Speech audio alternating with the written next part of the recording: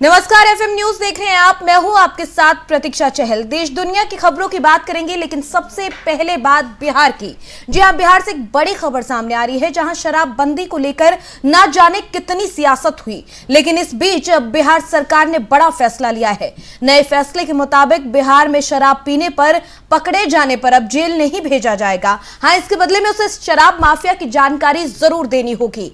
Bihar police और मद्य निषेध विभाग की तरफ से इसके बारे में विशेष अधिकार उन्हें दिया गया है। आपको बता दें कि बिहार सरकार ने साल 2021 के नवंबर में एक आंकड़ा जारी किया था। इसमें बताया था कि जनवरी 2021 से अक्टूबर 2021 तक विशेष छापेमारी कर प्रदेश के जिलों में 49,900 लोगों की गिरफ्तारी हुई थी, जिसमें शराबी और शराब तस्कर शामिल थे।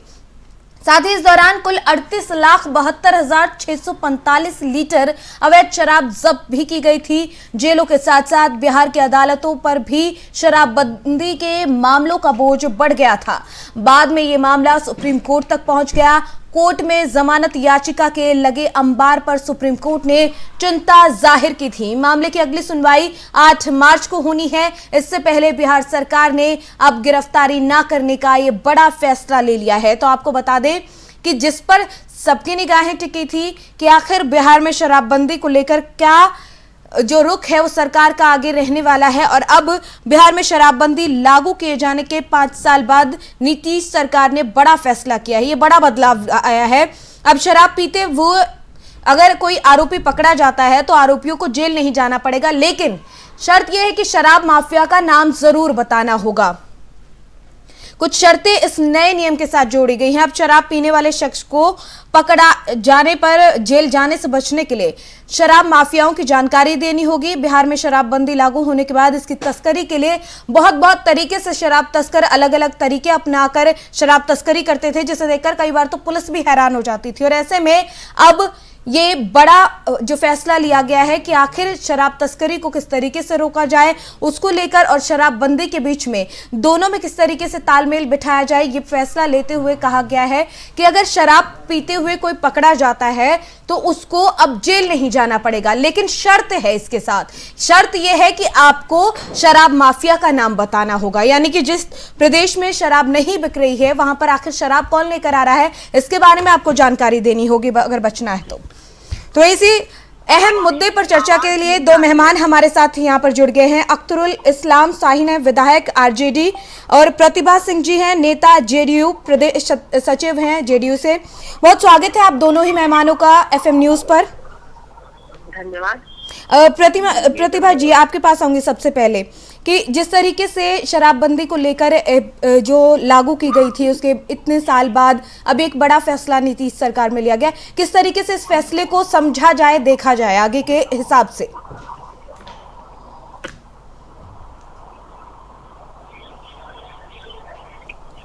प्रतिभा जी, आवाज मिल पा रही है आपको मेरी? यस, अभी आपकी आवाज मिल रही है मुझे जी। आपका सवाल क्या है मैम? सवाल मेरा ये है कि जिस तरीके से अब जब शराबबंदी के इतने साल हो गए हैं और अब सरकार की तरफ से एक बड़ा फैसला लिया गया है कि अगर शराब पीते हुए कोई पकड़ा जाता तो उसे जेल नहीं जाना होगा, लेकिन कुछ शर्तें इसके साथ रखी गई हैं, किस तरीके से इस फैसले को समझा जाए? बिल्कुल, देखिए, जो सरकार तो शराबबंदी के प्रति प्रतिबद्ध है कि शराब एक सामाजिक बुराई है जिससे कि लोग का घर बर्बाद हो रहा है, महिलाएं प्रताड़ित हो रही हैं, बच्चे प्रताड़ित हो रहे हैं। तो इसके लिए सरकार ने बहुत बड़ा फैसला लिया है, ऐतिहासिक फैसला लिया है कि हमें शराब बंद करनी है जी। लेकिन शराबबंदी के फायदे लोग ना देख करके शराब से व्यवसाय का फायदा लोग देख रहे हैं, और उससे देखिए सरकार ने बहुत ही सख्त तरीके से एक कानून बनाया, लेकिन लोग उनका पालन नहीं कर रहे हैं। यदा कदा कुछ लोग चोरी छुपे बेच भी रहे थे, पी भी रहे थे। तो सरकार ने फैसला लिया कि ठीक है, शराब पीने वाला ही सिर्फ दोषी नहीं है, बल्कि जो उसे बना रहा है, जो जड़ है। अगर हम एक पीने वाले को जेल भेज रहे हैं तो बनाने वाला तो बना रहा है जी। तो सरकार ने यह नहीं कहा कि जो पिएंगे, जो शराब पिए हुए पकड़े जाएंगे उनको हम जेल नहीं भेजेंगे या गिरफ्तार नहीं करेंगे, बल्कि ये फैसला है जो शराब पिए हुए पकड़े जाएंगे वो अगर शराब बनाने वाले का पता देते हैं, उनके बारे में बताते हैं, तो हम उनको गिरफ्तार नहीं करेंगे, उनको जेल नहीं भेजेंगे। सरकार एक शर्त है, और वो शर्त मुझे लगता है कि सरकार का यह फैसला अच्छा है, इसलिए कि अगर हम जड़ को ही काट देंगे, जो विष फैला रहा है, विष के पेड़ को ही काट देंगे, तो जहर नहीं फैलेगा समाज में। जी जी, प्रतिभा जी आप बने रहिए हमारे साथ। शाहीन जी हमारे साथ यहाँ पर जुड़े हुए हैं। किस तरीके से आप देख रहे हैं इस फैसले, क्योंकि सरकार की तरफ से ये फैसला लिया गया है कि अगर शराब पीते हुए कोई पकड़ा जाएगा और माफिया का नाम बताता है तो उसे जेल नहीं भेजा जाएगा, कैसे देखेंगे इस फैसले को? नहीं, देखिए, शराबबंदी जो बिहार में लागू किया गया, इसमें हम तमाम लोगों की सहमति से हुआ है और हम तमाम लोग इसमें साथ थे। और लेकिन जिस तरह से इम्प्लीमेंट इसको किया गया जी, तो उसकी वजह से कि आज तक इतना 5 साल से ज्यादा 6-7 साल हो गए और आज भी दिन प्रतिदिन हर गांव हर शहर में शराब उपलब्ध है और बड़ी तादाद में लोग उसका सेवन कर रहे हैं, उपयोग कर रहे हैं। तो ये अपने आप में सरकार का फेलियर है कि आखिर क्या सरकार की ताकत है कि हर गांव हर शहर तक कैसे पहुंच पा रहा है। 7 साल में यह सरकार इस काम को नहीं कर पाई। अब तरह तरह का तिक्रम, तरह तरह का चीज दिमाग लगाया जा रहा है और पूरी चीज को कानून व्यवस्था से लेके तमाम विकास के काम, तमाम महत्वपूर्ण बातों को छोड़ के सिर्फ एक शराबबंदी, ठीक है, उसको पूरी सरकार कंसंट्रेट होने के बावजूद 5% भी सफलता नहीं पाई है। और सब जानते हैं कि जिस गांव में चाहिए, जिस शहर में चाहिए शराब उपलब्ध है, तो इससे ज्यादा फेल्योर क्या होगा। अब तरह तरह का ये हथगंडा अपनाते हैं।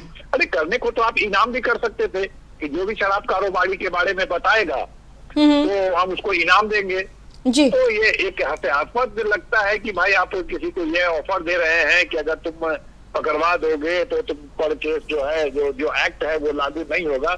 हमको लगता है कि अगर शराब पीने पर, उपयोग पर रोक है तो इनके इस तरह के नोटिफिकेशन का कोर्ट तो मानेगा नहीं। उसके लिए फिर इनको विधानसभा में लाके कानून में संशोधन करना पड़ेगा। एक व्यक्ति के कह देने से जी, कि भाई मुख्यमंत्री जी कह देंगे कि भाई ऐसा हो जाएगा तो हम छोड़ देंगे। जैसे कोई हथियार के साथ पकड़ाता है, अगर वो बता देगा कहाँ ये हथियार बनता है तो उसको छोड़ दिया जाएगा। अरे आपके कहने से कैसे छूट जाएगा? वो उसका भी एक्ट बना हुआ है कि हथियार के साथ पकड़ाने पे जेल जाना है तो जाना है जी जी। तो इसके लिए फिर से एक कानून बनाना पड़ेगा कि हम जो पहले कानून बनाए थे कि शराब के साथ या नशे की हालत में शराब पिए हुआ व्यक्ति जेल जाएगा, अब वो जेल नहीं जाएगा, उसके लिए फिर से कानून बनाना पड़ेगा। मुझे लगता है कि सरकार जल्दबाजी में कहिए या फेल्योर के कारण ये बड़ी असफलता उनको मिल रही है, इससे ये विचलित होकर के इस तरह काम कर रहे हैं। मुझे लगता है आप इनाम भी दे सकते थे। प्रतिभा जी आपसे जवाब चाहूंगी इस पे कि किस तरीके से, जिस तरीके से आपने सुना कि आरजेडी नेता की तरफ से जिस तरीके से कहा गया, क्या जवाब रहेगा आपका? देखिए प्रतीक्षा जी, ठीक है, हमारे भाई साहब ने कहा कि हम सब लोगों ने मिल करके ये फैसला लिया था, तो फिर उन्हीं के दल के लोग, उन्हीं के नेता क्यों कहते हैं कि इसको खोल देना चाहिए? बराबर इनके नेता प्रतिपक्ष का भी बयान आता है कि इसको खोल देना चाहिए, शराबबंदी गलत निर्णय है, नंबर 1। नंबर 2, ये कहते हैं गलत बोल रहा है ये। मैं मानती हूँ जल्दबाजी में किया गया फैसला है। इनके हिसाब से सरकार कानून बनाती है, समाज में अगर उस कानून का पालन, इन्होंने कहा कि सरकार की कहीं न कहीं कमजोरी रही है कि इसका अनुपालन नहीं किया जा रहा है। देखिए हम मानते हैं कि पूरी तरह से हमें सफलता नहीं मिली है। लोगों का माइंडसेट ऐसा हो गया है कि उनको बदलने में थोड़ा टाइम लगेगा, लोग नहीं सुधर रहे हैं, लेकिन सरकार अपने पथ से पीछे नहीं हट रही है। सरकार उसमें कुछ इम्प्लीमेंट करती है, कुछ परिवर्तन करती है कि भाई हम किस तरीके से कौन सा कानून बनाए जिससे कि लोगों के बीच में शराब को लेकर के परेशानी भी ना हो और शराब वो छोड़ भी दे जो सामाजिक बुराई है। देखिए सरकार बहुत सोच समझ करके कोई निर्णय लेती है। अगर निर्णय में कहीं कोई निर्णय लेने में कहीं कोई जल्दबाजी भी होती, इसके पीछे भी सरकार का कुछ मजबूरी, कुछ मकसद होता है।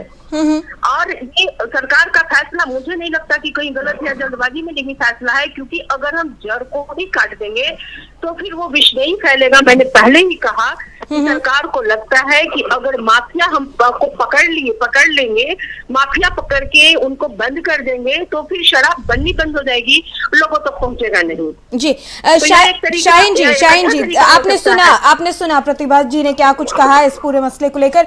आपको क्या लगता है कि देखिए जिस तरीके से तस्कर है, शराब तस्कर हुए, शराबबंदी के बाद से अलग अलग तरीके से शराब की तस्करी कर रहे थे, मामले भी बढ़ते जा रहे थे और ऐसे में गिरफ्तारी के मामले हो गए, शराब तस्करी के मामले हो गए, जो आंकड़े सामने आए हैं वो एक तरीके से बढ़ रहे हैं, लेकिन क्या ये कदम कहीं फायदा भी पहुंचा सकता है?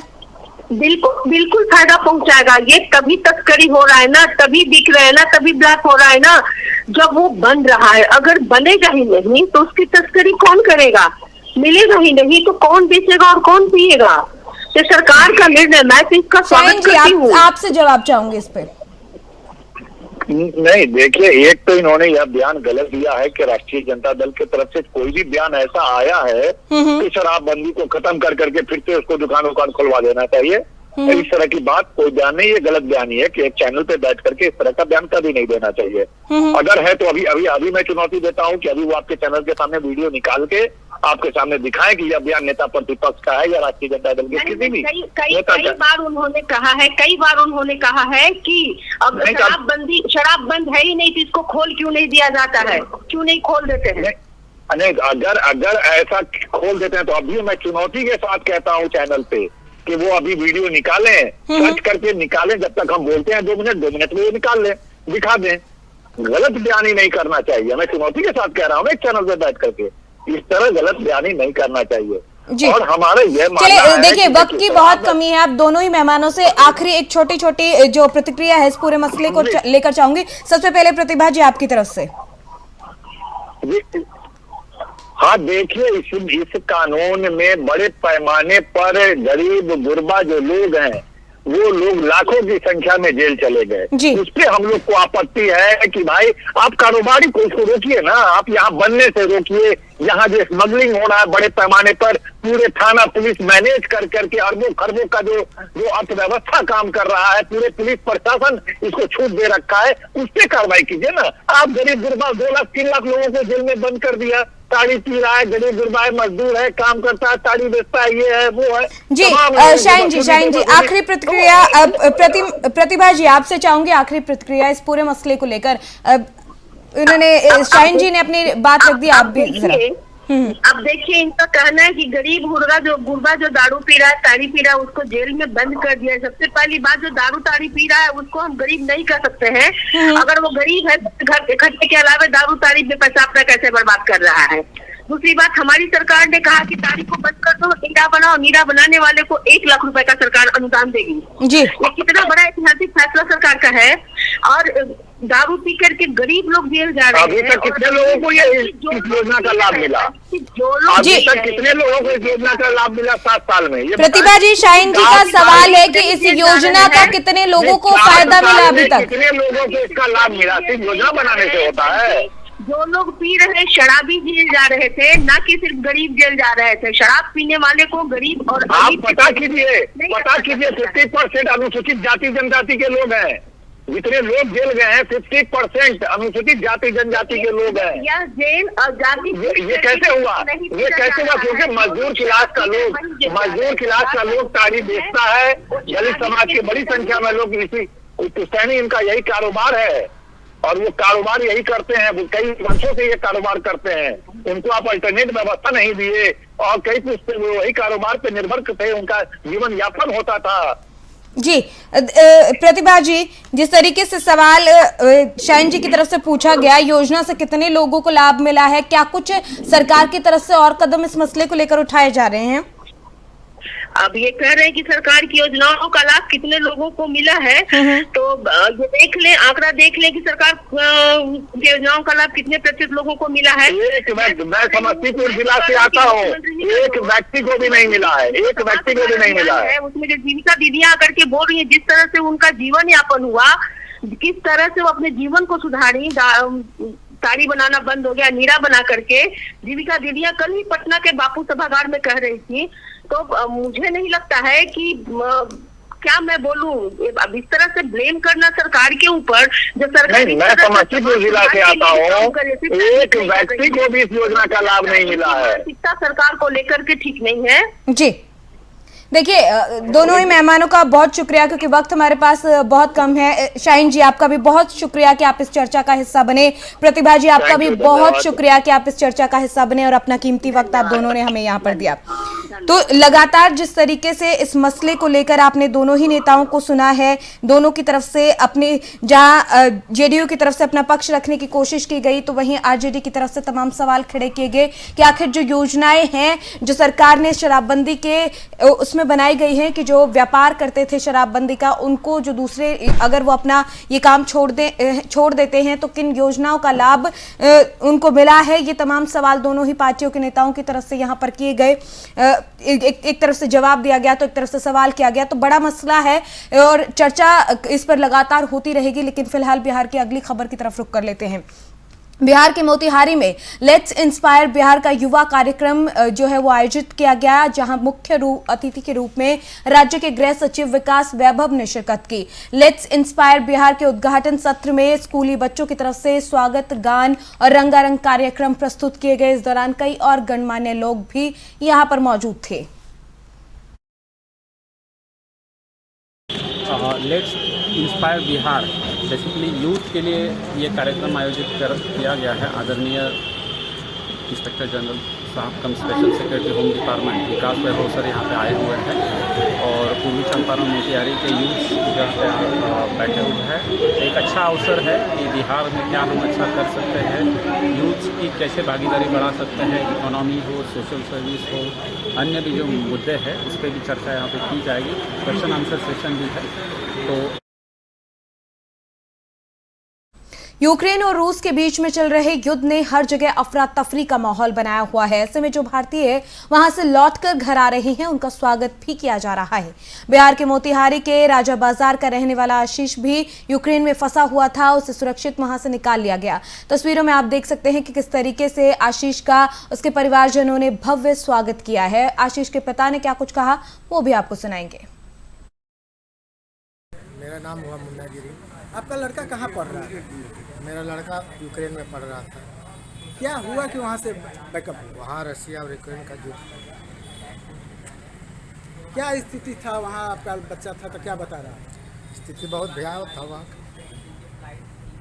तो क्या हुआ कि कैसे कैसे आया यहाँ मालूम है? वहाँ रोमानिया गया और रोमानिया से भारत सरकार द्वारा व्यवस्था किया गया मुंबई के लिए। फिर मुंबई से बिहार सरकार की व्यवस्था से पटना आया और पटना से अभी बस से मोतिहारी आया। इसके लिए किसको आप धन्यवाद देना चाहते हैं? हम भारत सरकार और बिहार सरकार दोनों को धन्यवाद देते हैं कि इस विपद घड़ी में बच्चों को साथ दिए, उतने दूर से विदेश से लाने में, बच्चे यहाँ आने में सफल हुए। और आप आशा किए थे कि आपका बच्चा वापस आ जाए? जिस तरह की परिस्थिति थी उस तरह लगता नहीं था कि वहाँ से कोई भी लड़का आ पाएगा। अभी भी बहुत सारे लड़के वहाँ फंसे हुए हैं, जिनका परिजन परेशान है। इसके लिए बिहार सरकार अच्छा काम किया है। बिहार सरकार और भारत सरकार दोनों ने बहुत बेहतर काम किया है, जितनी सराहना। औरंगाबाद में रफीगंज शहर के हाजीपुर मोहल्ले के निवासी और वैशाली के थानेदार संजय कुमार के पैतृक घर पर आर्थिक अपराध इकाई की टीम ने करीब 4 घंटे से ज्यादा समय तक छापेमारी की। छापेमारी के दौरान टीम के पदाधिकारियों ने बताया कि न्यायालय के आदेश पर सर्च अभियान चलाया गया है। वहीं टीम के पदाधिकारी हैं उन्होंने थानेदार के बारे में पूछताछ की और सभी तरीके की जानकारी यहां पर जुटाई। जानकारी के मुताबिक वैशाली के थानेदार संजय कुमार का शराब माफिया से मिलीभगत के मामले में ये छापेमारी का अभियान चलाया गया है। एक अपराध इकाई वही बता रहा था कि आपके ऊपर मतलब एक विभागीय कार्रवाई है इस अथी का, उसी में हम जांच करने आए हैं। जो आपका भतीजा पुलिस प्रभारी है उसी संबंधी जांच करने के लिए आया था। कहाँ प्रभारी है और क्या नाम है उनका? वैशाली में है अभी थाना प्रभारी संजय कुमार। जांच के दौरान क्या क्या पूछताछ की गई? जांच के दौरान बस सारा सामान जितना था घर का वो सारा सामान लिया, मतलब खोजा, पूछा किसका सामान है, तो ज़्यादातर सामान उसमें मेरा था क्योंकि हम परमानेंट यहीं पे रहते हैं। अब यहीं मेरा बिजनेस है और वही सब सामान था। संजय का यहाँ पर कोई सामान कुछ नहीं, एक मोटरसाइकिल था।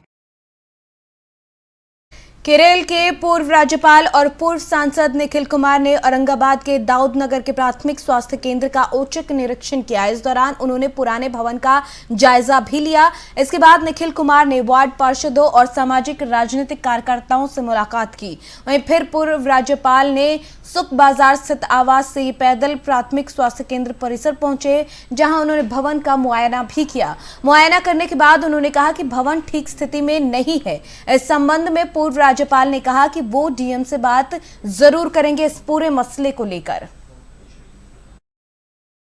भवन जो है ठीक स्थिति में नहीं है, उसकी मरम्मती ज़रूरी है। कल डीएम साहब से इसकी बात करूंगा। और दूसरी चीज़ देखिए यहाँ पर कि जो आवश्यक दवाइयाँ हैं वो हैं, मौजूद हैं, मास्क सिवाय कुछ तो छोड़ सकते। और तीसरी चीज़ ये है कि यहाँ पर काफ़ी मरीज़ आते हैं। डॉक्टर साहब हैं शंकर जी, के हिसाब से कई 100-125 लोग रोज़ दिन आते हैं और मुख्तलिफ मरीज़ों के बारे में वो जानते हैं। ये कोई टीबी का मरीज़ है, कोई कुछ का है, कोई कुछ का है, लेकिन अधिकतर लोग खांसी, सर्दी, बुखार यही सब है। तो ये सेंटर जो है ठीक काम कर रहा है। सुना है कि इसको यहाँ से बदलने की बात चल रही है।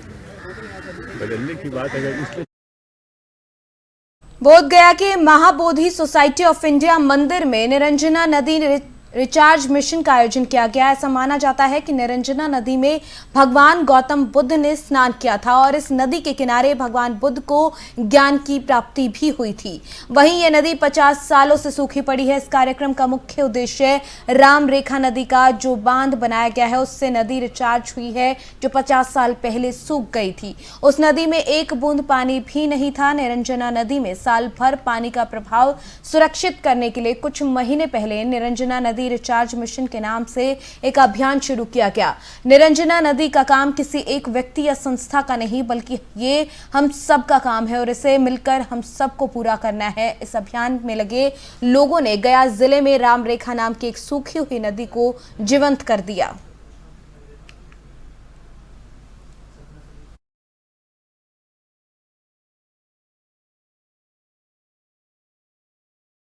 यूक्रेन और रूस की जंग के बीच में हजारों भारतीय छात्र और नागरिक यूक्रेन के शहरों में फंसे हुए हैं। केंद्र सरकार भारतीय नागरिकों को निकालने के लिए ऑपरेशन गंगा चला रही है, जिसके तहत अब तक 1400 के करीब लोग वतन वापसी कर चुके हैं। हालांकि अब भी भारतीय यूक्रेन में कीव और अन्य शहरों में हैं, जिन्हें सुरक्षित निकालने की कोशिशों के बीच सोमवार को एक बार फिर कीव में भारतीय एम्बेसी ने नई एडवाइजरी जारी की है। एम्बेसी की ओर से जारी ताजा एडवाइजरी में भारतीय नागरिकों और छात्रों से अपील की गई है कि वो स्थिर, शांत और एक साथ रहें। रेलवे स्टेशन पर भारी भीड़ हो सकती है। ऐसे में सलाह ये दी जाती है कि सभी भारतीय छात्र धैर्य रखें, खासकर किसी भी रेलवे स्टेशन पर आक्रामक व्यवहार का प्रदर्शन न करें। छात्रों को सलाह दी गई है कि वो अपने पास पासपोर्ट रखें, जरूरत के मुताबिक नकदी रखें, तैयार खाना रखें, सर्दियों के कपड़े रखें और सिर्फ जरूरत का सामान रखें ताकि आसानी से आवाजाही हो सके। बता दें कि इससे पहले दूतावास ने ट्वीट किया था कि कीव में सप्ताह तक कर्फ्यू जो है वो हटा लिया गया है, वीकेंड कर्फ्यू हटाया गया है। सभी छात्रों को सलाह दी जाती है कि वो पश्चिमी भागों की तरफ जाने के लिए रेलवे स्टेशन जाएं। यूक्रेन रेलवे लोगों की निकासी के लिए विशेष ट्रेन चला रहा है।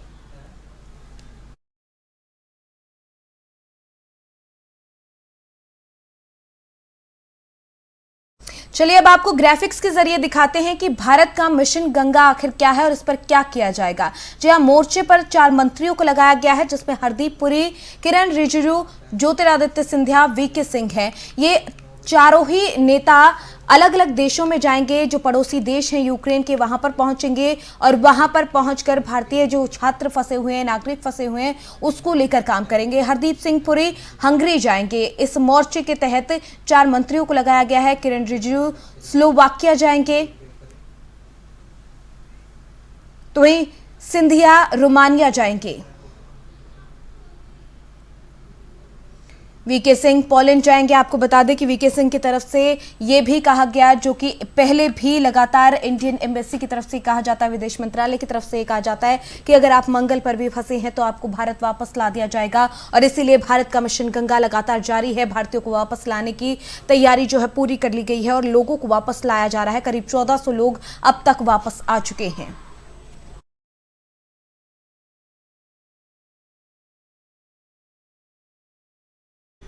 रूस यूक्रेन के युद्ध के बीच रूस की मीडिया ने सनसनीखेज दावा किया है। उसने देश में यूक्रेन पर हमला करने के लिए परमाणु युद्धाभ्यास जो अभ्यास है उसको शुरू कर दिया है। इसको लेकर रूसी रक्षा मंत्री जनरल सर्गेई शोइगु ने अपने राष्ट्रपति पुतिन को जानकारी भी दी है। रूसी रक्षा मंत्रालय ने दावा किया है कि रूस की उत्तरी और प्रशांत बेड़े की सामरिक मिसाइल कमान को भी अलर्ट पर रखा गया है।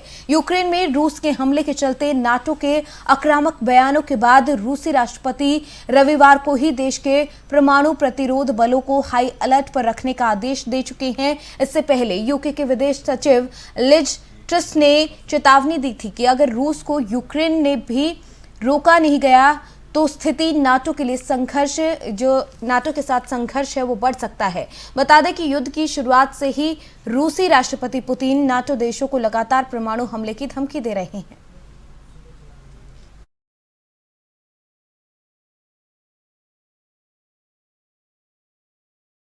रूस यूक्रेन युद्ध के बीच में अब ब्रिटेन ने यूक्रेन के नागरिकों के लिए मदद का हाथ बढ़ा दिया है।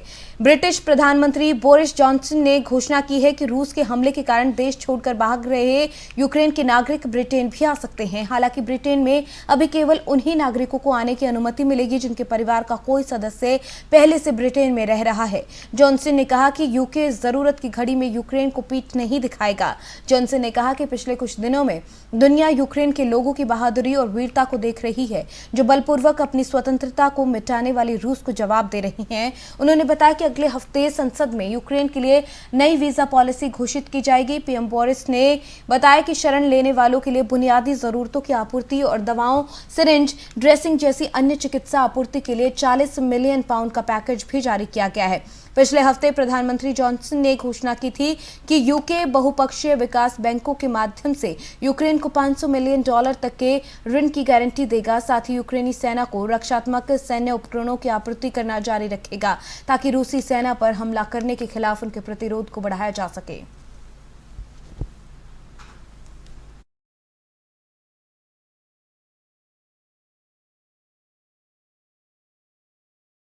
तो इस पूरे मसले को लेकर ट्रंप की तरफ से क्या कुछ कहा गया वो भी आपको दिखाते हैं। इसमें बोला गया कि जैसे कि हर कोई समझता है अगर हमारे चुनाव में धांधली नहीं होती तो ये भीषण आपदा नहीं आती। ट्रंप ने ये भी कहा नाटो मनोवैज्ञानिक तौर पर रूस को टुकड़े टुकड़े करने के बजाय स्मार्ट बनकर उस पर आर्थिक प्रतिबंध लगाने का विचार करता रहा। उन्होंने कहा कि समस्या ये नहीं है कि पुतिन स्मार्ट है, बेशक वो स्मार्ट है, लेकिन असली समस्या ये है कि हमारे नेता बहुत बेवकूफ हैं, दाएं जाए या बाएं ताकि रूसी दुश्मन हो जाएं कंफ्यूज। यूक्रेन की कंपनी ने हटा दिए सभी road sign. Of course he's smart, to which I was greeted with, oh, that's such a terrible thing to say. I'd like to tell the truth, yes, he's smart. वहीं अगर बात करें, रूस ने बताया है कि इस युद्ध में अभी तक उससे कितना नुकसान हुआ है। इंटरफैक्स न्यूज की रिपोर्ट के मुताबिक रूस की डिप्टी रक्षा मंत्री हना मलियर ने सोमवार को फेसबुक पर कहा कि रूसी सेना ने 24 फरवरी से 28 फरवरी सुबह 6 बजे तक यूक्रेन में 4 दिनों की लड़ाई में 29 विमान, 29 हेलीकॉप्टर, 3 अनमैन्ड एरियल व्हीकल और 5 एयर डिफेंस सिस्टम गंवा दिए हैं। उन्होंने कहा कि इस दौरान यूक्रेन के 191 tank, 816 armed combat vehicle, 291 vehicle और 2 जहाजों को मार गिराया गया है। हथियारों के बारे में बात करते हुए रूस के डिप्टी रक्षा मंत्री ने कहा कि सेना ने 74 बंदूकें, एक बक एंटी एयरक्राफ्ट मिसाइल सिस्टम और 21 ग्रेड मल्टीपल रॉकेट लॉन्चर को खोया है। उन्होंने कहा कि दुश्मन के 5300 लोगों को मार गिराया गया है। हना मलियर ने बताया कि ये जानकारी सांकेतिक है, इसे अपडेट भी किया जा सकता है क्योंकि युद्ध की वजह ऐसी जानकारी हासिल करना बेहद मुश्किल है। फिलहाल कमांडर मुख्य रूप से युद्ध के ऑपरेशन पर ध्यान केंद्रित करते हैं। इसके अलावा हम केवल युद्ध के अंत में ही जानकारी प्राप्त कर सकते हैं और लड़ाई अभी बहुत लंबी हो सकती है। सभी डाटा अगले दिन आ रहा है।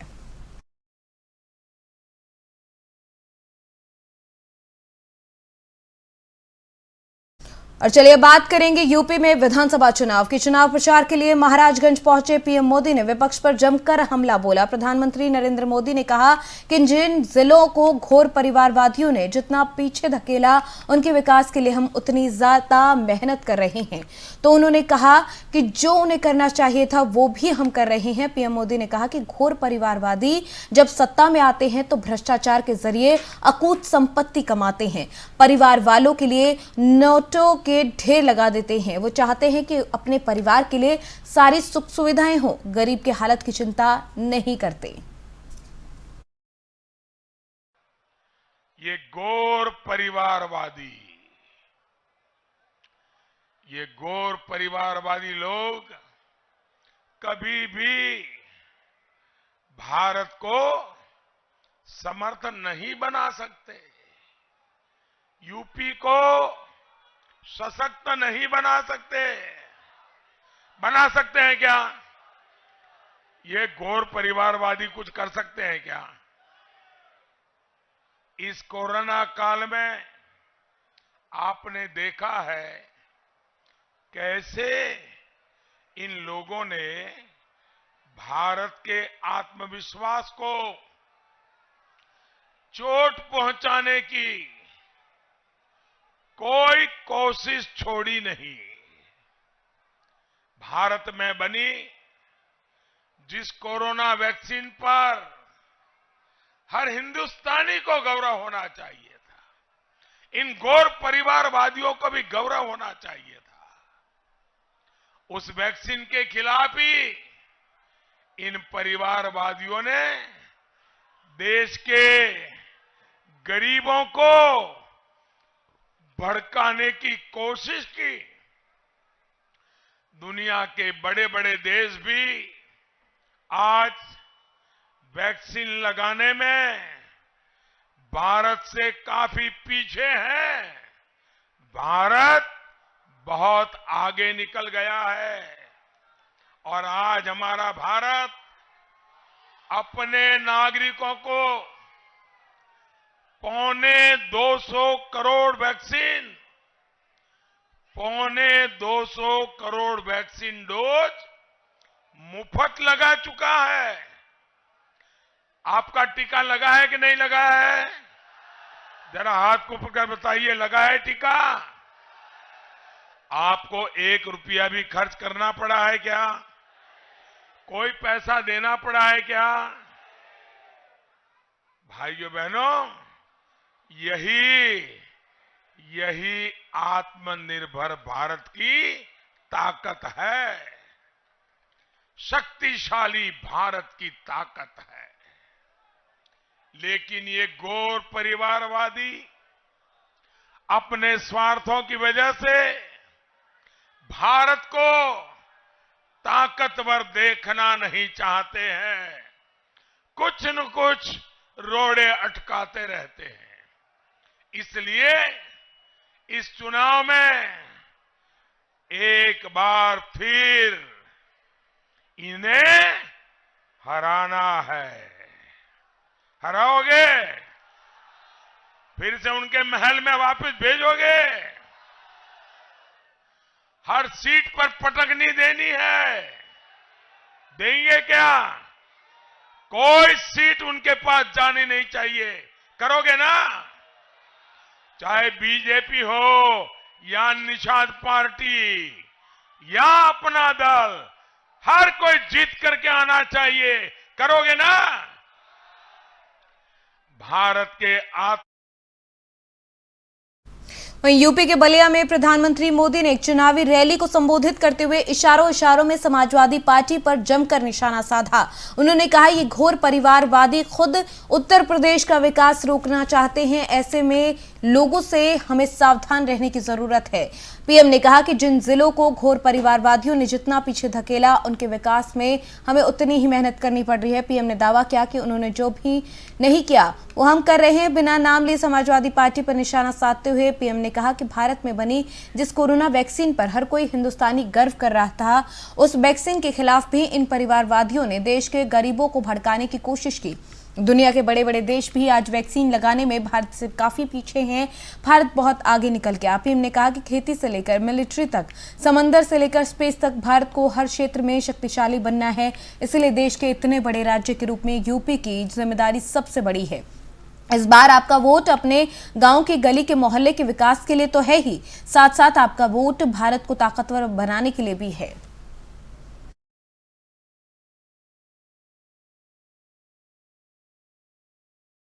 छठे चरण के चुनाव से पहले पीएम मोदी ने बलिया में जनसभा को संबोधित करते हुए कहा, और एक तरफ जहां उन्होंने बीजेपी के काम गिनवाए तो वहीं दूसरी तरफ परिवारवाद के बहाने विपक्ष पर जमकर निशाना साधा। क्या कुछ कहा, सुनिए जरा। साथियों, इन घोर भ्रष्टाचारी परिवारवादियों को ना तो मध्यम वर्ग की चिंता है और ना ही गरीब की, ना ही पिछड़ों की। वंचित, दलित या किसान, किसी की इनको चिंता नहीं है। नौजवान या मेरी माताएं बहनें उनके लिस्ट में ही नहीं है। भाइयों, इन परिवारवादियों ने कोरोना के समय में जो किया उसे उत्तर प्रदेश के लोग कभी नहीं भूल सकते। 100 साल की सबसे बड़ी मुसीबत कोरोना पूरी दुनिया को 2 साल से चपेट में लिया हुआ है। पूरी मानव जात इस मुसीबत में फंसी हुई है, लेकिन ये परिवारवादी आपकी मदद करने के बजाय अपने घर में घुसकर बैठ गए, अपने को बचाते रहे। ये भाजपा के कार्यकर्ता घर घर जाकर के लोगों की चिंता करती थे। भाइयों बहनों, हमें गरीब की चिंता है।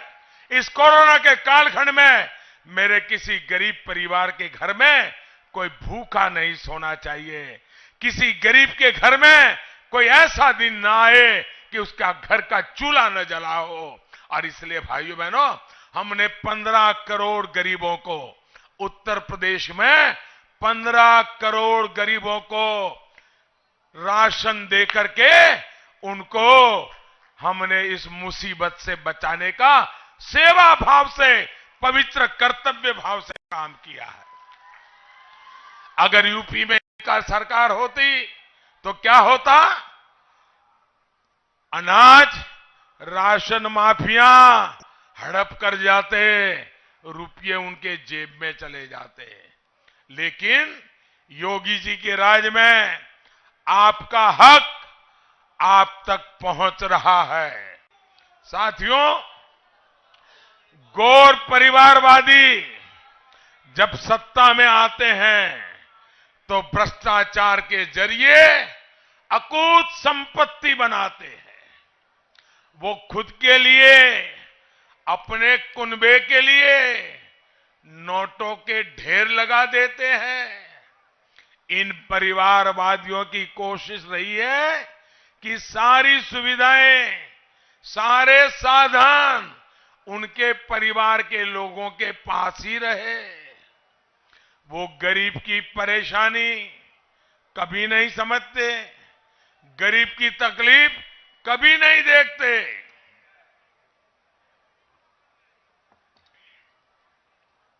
ये लोग अगर बीमार पड़े तो इनके पास इलाज के लिए अच्छे से अच्छे इलाज की सुविधा होती है। विदेश जाना है तो भी पहुंच जाते हैं। लेकिन गरीब जब बीमार पड़ता है तो इसका इलाज का खर्चा उसको तो बेचारे को कर्ज करके चुकाना पड़ता है, उसकी मुसीबतें बढ़ा देता है। और इसलिए ही हमारी सरकार ने आयुष्मान योजना बनाकर गरीब को 5 लाख रुपए तक के मुफ्त इलाज की सुविधा दी है। और मेरे प्यारे भाइयों बहनों, ये जो 5 लाख रुपए की सुविधा है ना, मेरे गरीब परिवार का कोई व्यक्ति गंभीर से गंभीर बीमारी उसको हो गई, बड़े से बड़े अस्पताल में भी जाना है तो भी 5 लाख रुपए तक का खर्चा मोदी करेगा, आपके लिए करेगा। इतना ही नहीं, अगर आपको मुंबई के अस्पताल में जाना पड़ा, अहमदाबाद के अस्पताल में जाना पड़ा, चेन्नई के अस्पताल में जाना पड़ा, तो भी खर्चा मोदी उठाएगा, ये मैं आपको विश्वास देता हूं। वहीं छठे चरण के मतदान से पहले यूपी के मुख्यमंत्री योगी आदित्यनाथ ने कहा कि मतदान के छठे और सातवें चरण में हम जीत का छक्का लगाने आए हैं। देवरिया में एक जनसभा के दौरान सीएम योगी ने कहा कि 5 चरण के चुनाव के बाद मैं कह सकता हूं कि बीजेपी पूर्ण बहुमत से आगे चल रही है। छठे और सातवें चरण में हम छक्का मारने के लिए आए हैं, जिससे हम 300 पार के लक्ष्य को फिर से प्राप्त कर सकेंगे। वहीं इस मौके पर सीएम ने सपा पर भी निशाना साधा। सुनिए जरा। लार में भी कितनी बड़ी घटना घटित हुई थी।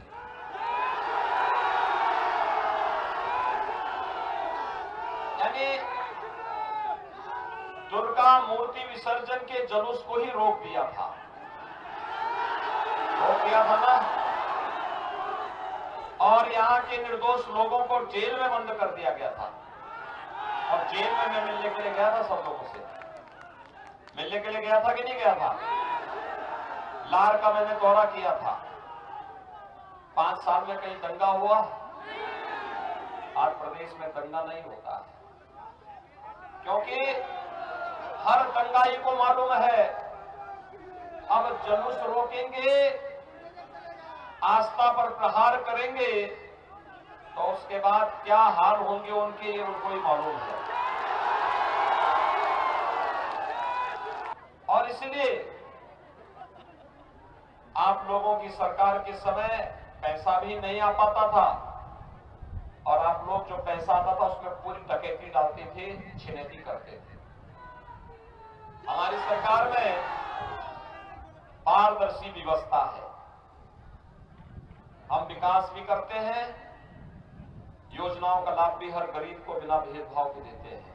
और अभी तो ये शुरुआत है, अभी तो भाइयों ने तय किया है 10 मार्च के बाद उज्ज्वला योजना के हर लाभार्थी को होली और दीपावली में फ्री में रसोई गैस का सिलेंडर भी देगा।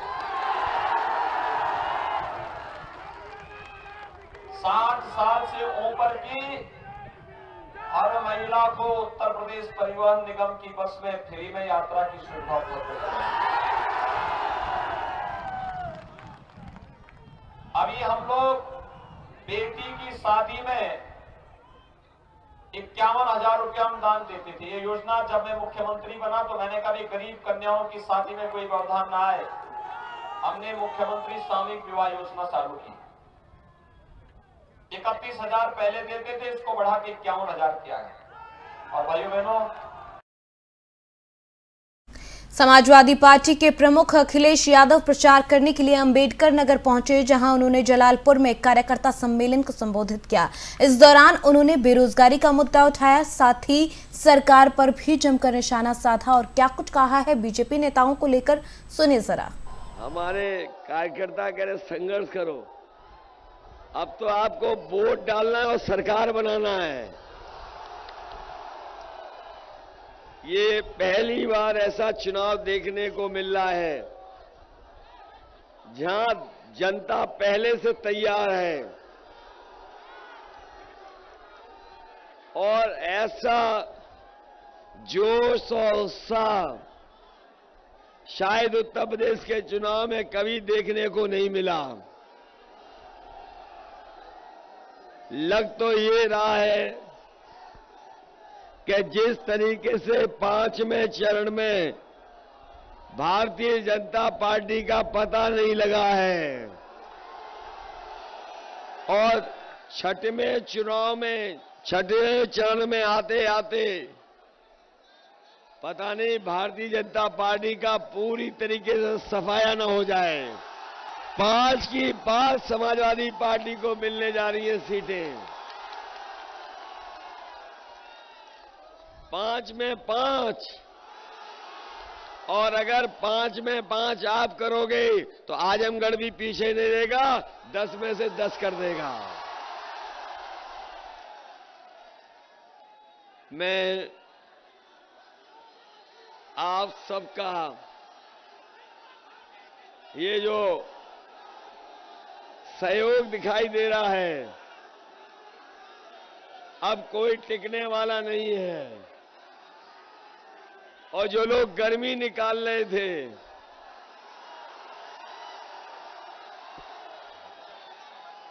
जो गर्मी निकालने की बात कर रहे थे, उनके नेता ठंडे पड़ गए कि नहीं पड़ गए? अब तो वहीं दिल्ली दंगों के मामले में दिल्ली हाईकोर्ट ने कई बड़ी राजनीतिक हस्तियों को नोटिस भेजा है। कोर्ट ने पूछा है कि क्यों ना इस मामले में पक्षकार के रूप में उन पर भी मुकदमा चलाया जाए। अदालत ने इस मामले में कांग्रेस अध्यक्ष सोनिया गांधी, सांसद राहुल गांधी, प्रियंका गांधी को नोटिस भेजा। इसके अलावा अदालत ने ऐसा ही नोटिस केंद्रीय मंत्री अनुराग ठाकुर, बीजेपी नेता कपिल मिश्रा, बीजेपी सांसद प्रवेश वर्मा को भेज दिया है और जवाब मांगा है।